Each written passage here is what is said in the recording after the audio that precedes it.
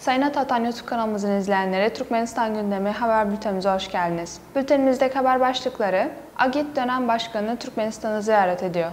Irak, Türkmenistan'dan 10 milyar metreküp doğal gaz almaya hazır olduğunu belirtti. Son haberimiz: Afganistan, Türkmenistan'dan elektrik ithalatını arttırmak için ulusal enerji projeleri uyguluyor. İlk haberimiz: AGİT dönem başkanı Türkmenistan'ı ziyaret ediyor.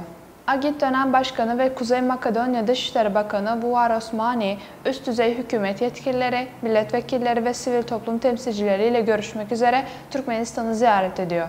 Başkan Osmani, Aşkabat'ta Türkmenistan Devlet Başkanı Serdar Berdimuhamedov, Türkmenistan Halk Maslahatı Başkanı Guranlı Berdimuhamedov, Meclis Başkanı Dünyazar Gulmanova ve Dışişleri Bakanı Reşit Meredov ile görüşecek.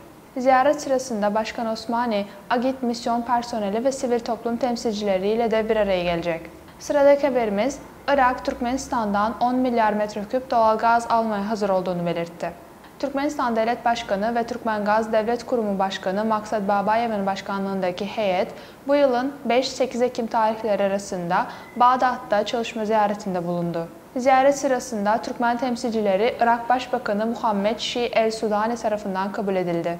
Toplantıda Irak Hükümeti Başkanı, ülkesinin Türkmenistan ile kapsamlı ve karşılıklı yarara dayalı ilişkiler geliştirmeye hazır olduğunu belirtti.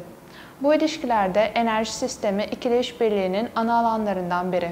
Türkmen heyeti, Elektrik Enerji Bakanı Ziyad Ali Fadal ile kapsamlı görüşmelerde bulundu. Müzakerelerde Türkmen doğalgazının Irak'a verimli bir şekilde ulaştırılması ile ilgili bir takım konular ele alındı. Özellikle takas yöntemiyle İran İslam Cumhuriyeti sınırları üzerinden Türkmenistan'dan Irak'a gaz sevkiyatı ile ilgilendiklerini ifade ettiler.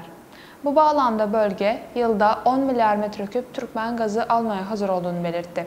Ayrıca taraflar gaz sektöründe gelecekteki işbirliğinin hukuki, ticari, mali ve organizasyonel koşullarında kapsamlı bir şekilde görüştü. Müzakerelerin sonuçlarına göre Türkmengaz Devlet Kurumu ile Irak Cumhuriyeti Elektrik Enerjisi Bakanlığı arasında bir mutabakat zaptı imzalandı. Taraflar bu yıl Aşkabat'ta düzenlenecek Türkmenistan Petrol ve Gazı 2023 Uluslararası Sergi ve Konferans çerçevesinde müzakerelere devam edilmesi konusunda mutabakata vardı. Son haberimiz: Afganistan, Türkmenistan'dan elektrik ithalatını arttırmak için ulusal enerji projeleri uyguluyor.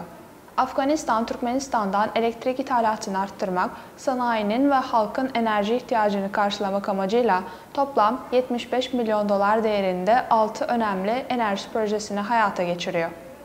Afganistan Enerji ve Su Kaynakları Bakanlığı, yerel şirket olan Afi Bahramines Extraction and Processing Trading Company ile ilgili anlaşmalar imzaladı. Bu projelerin uygulanması Türkmenistan'dan Afganistan'a 1000 megawatt elektrik ithalatına olanak tanıyacak ve bu sonuçta Kabil'in yanı sıra Orta, Doğu ve Güney illerdeki elektrik kıtlığını sorununu da çözecek. Tolanıyorsun haberine göre projenin uygulama süresi 2 yıl. Sayın Atatan YouTube kanalımızın izleyenleri, Türkmenistan ile ilgili Türkçe haberlerimizi atatanturkmenistan.com sitemizden takip edebilirsiniz.